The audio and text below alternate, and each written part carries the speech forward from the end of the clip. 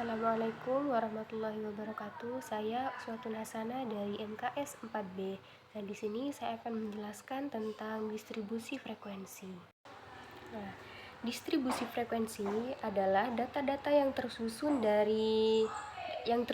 dengan baik dari beberapa data yang sudah terdaftar.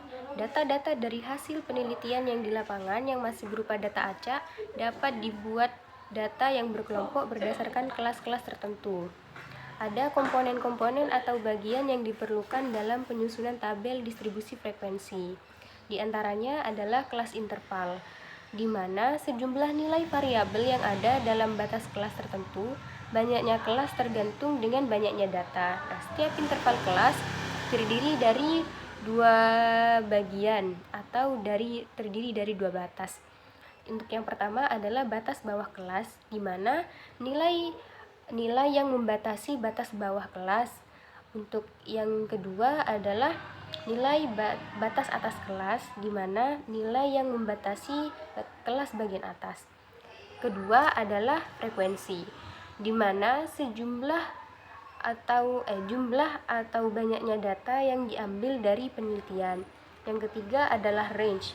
Range adalah rentan kelas di antara nilai terbesar dikurangi nilai terkecil.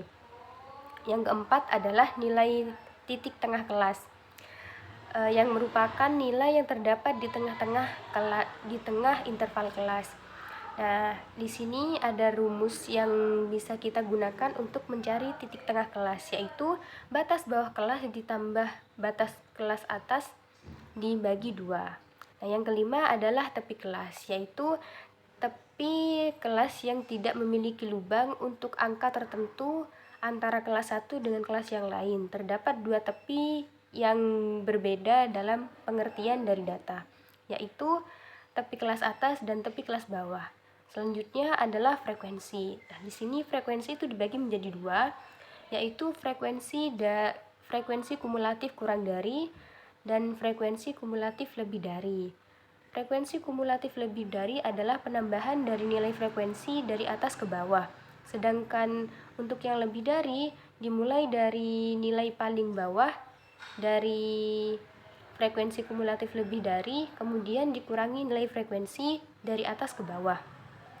Untuk selanjutnya adalah tahapan penyusunan distribusi frekuensi.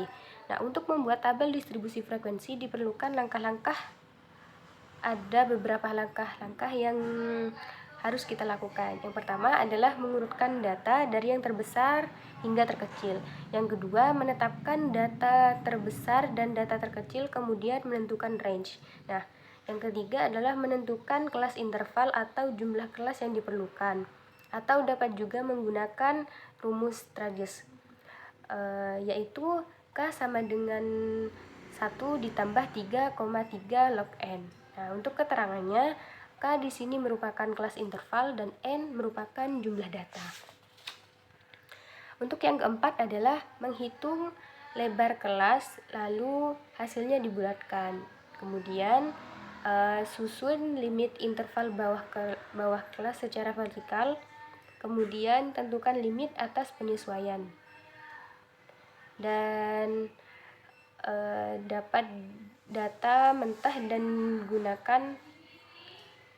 dapat digunakan untuk memasukkan data pada interval kelas yang ada. Untuk selanjutnya adalah macam-macam grafik, yaitu diagram kotak yang lebarnya menunjukkan interval kelas, sedangkan batas-batas tepi kotak merupakan tepi bawah dan tepi atas kelas. Nah, dan tingginya menunjukkan frekuensi pada kelas tersebut. Apabila titik-titik tengah sisi atas dari histogram dihubungkan satu sama lain oleh ruas garis, maka diperoleh poligon frekuensi.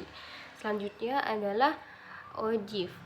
Ogive adalah grafik yang digambarkan berdasarkan data yang sudah disusun dalam bentuk tabel distribusi frekuensi kumulatif. Untuk data yang disusun dalam bentuk tabel distribusi frekuensi kumulatif kurang dari, grafiknya berupa ogive positif. Nah, sedangkan untuk data yang disusun dalam bentuk tabel distribusi frekuensi negatif, itu menggunakan ogive yang negatif. Nah, frekuensi kumulatif kurang dari untuk suatu kelas adalah jumlah frekuensi semua kelas sebelum kelas tersebut dengan frekuensi kelas itu. Nah, sedangkan frekuensi kumulatif lebih dari suatu kelas adalah jumlah frekuensi semua kelas sesudah kelas tersebut dengan frekuensi kelas itu. Sekian dari saya, kurang lebihnya mohon maaf. Wallahul muwaffiq ila aqwamit thoriq. Wassalamualaikum warahmatullahi wabarakatuh.